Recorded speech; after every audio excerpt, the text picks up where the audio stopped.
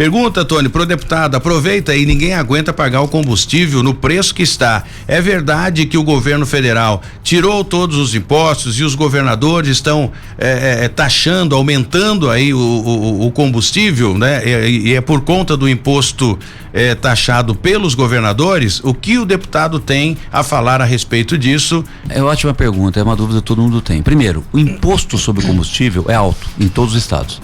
Ele foi aumentado, Eduardo? Não aumentou. É Isso, a mesma isso coisa. Estadual ou federal?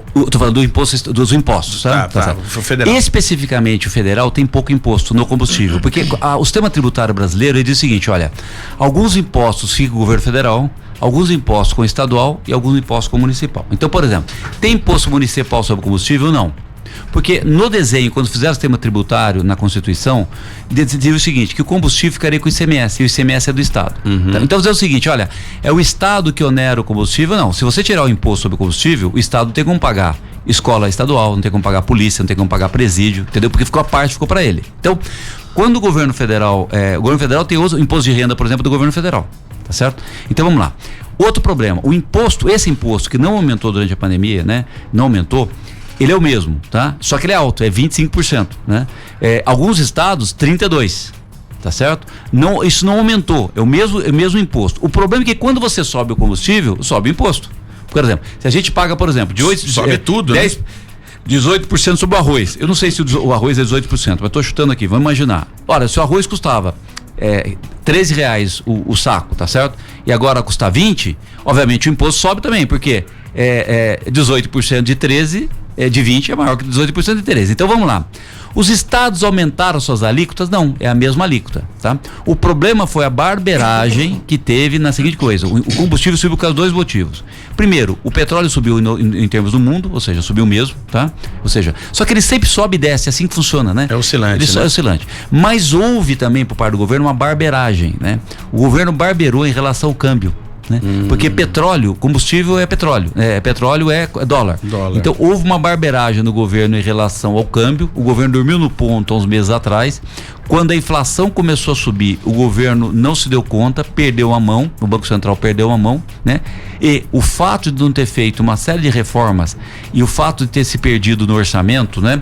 Fez o seguinte, o pessoal tirou o dinheiro do Brasil, os investidores tiraram, e a hora que eles tiram o dinheiro, o dólar sobe, porque ele sai vendendo, porque não está investindo, ou melhor, né? Ele sai comprando o dólar para levar embora e o dólar subiu. Então nós tivemos dupla pressão em cima do combustível.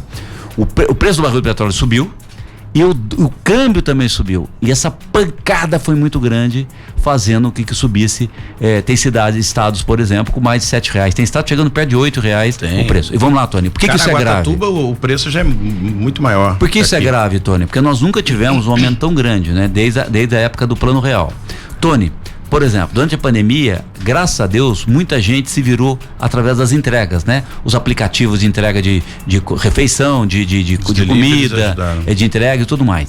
Qual o maior insumo desse trabalhador? Gasolina? Combustível. Caramba, você dá essa pancada para ele e tudo mais. E uma coisa que eu acho um absurdo, o aplicativo não repassou para ele essa mesma aumento, né? Eu, por exemplo, em Brasília eu uso muito Uber, né?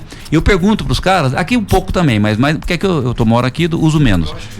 Eu acho que ficou mais prático o Uber, né? Muito ficou prático, exatamente. Aí o seguinte, ele me mostrou, com o aumento do combustível, ele continua recebendo a mesma coisa. Isso é uma grande injustiça. Então, conclusão, o aumento do combustível, o frete é o seguinte, aumenta o frete. Se aumenta o frete, aumenta o preço do alface, porque o alface é transportado para chegar no supermercado na sua casa. Caminhoneiros, né? Exatamente. Então, a inflação na minha opinião, depois da pandemia, lógico, a pandemia era a coisa mais grave, porque ninguém queria morrer. Mas agora, na minha opinião, a inflação é a coisa mais trágica. Por quê? Para quem, Tony, se o seu salário não foi reajustado, né? O trabalhador, aí você ter 30% do supermercado de aumento, Tony, é pancada, cara. A cesta básica hoje está bem difícil para o trabalhador. Hoje o salário mínimo, eu acho que está na casa de 1.100 ou 1.400 e pouco. Acho que 1.100.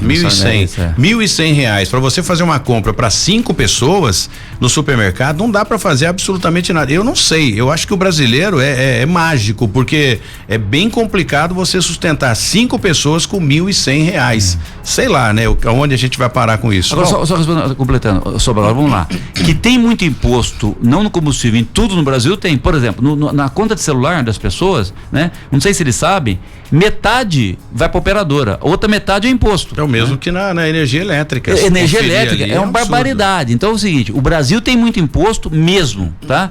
No combustível também.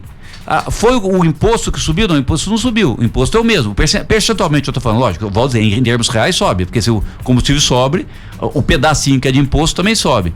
Mas o grande problema foi o câmbio ter subido e a questão do petróleo a nível internacional. Então, isso que se fala, que os governadores dos estados têm a condição de reduzir o valor do combustível, não é verdade? Tem, se eles abrirem mão do imposto, por exemplo, pode, vou abrir mão do imposto CMS que está do combustível. O problema é o seguinte, o que eu volto a dizer. É o cobertor curto. É o cobertor, porque é o que sustenta pagar policial, pagar professor, mas esse tudo ICMS. Isso só sai do combustível? Não é sai do combustível, é que na receitas estaduais, o ICMS do combustível é a maior componente. Você fala assim, Eduardo, em todos os estados, qual o maior componente da receita? De onde vem a receita? O maior componente é ICMS de combustíveis, de uma forma geral, tá? Então, se você tira isso, vai ter que substituir. Então, o governo federal, por exemplo, vai ter que falar o seguinte, olha, tá bom, eu quero que você tire, então eu vou te dar o imposto de renda, um pedaço do imposto de renda para te substituir. Pelo amor de Deus, fatura muito, Por quê? Né? Porque os estados fazem alguns serviços essenciais, que não dá para substituir, por exemplo, polícia, saúde, professor, né?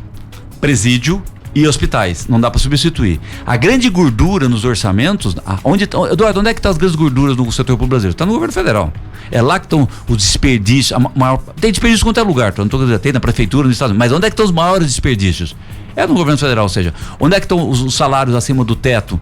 É no governo federal. Onde é que está os subsídios para empresas, mamatas de empresas que não precisavam de subsídios, estão no governo federal, ou seja, lá é a gordura maior, né?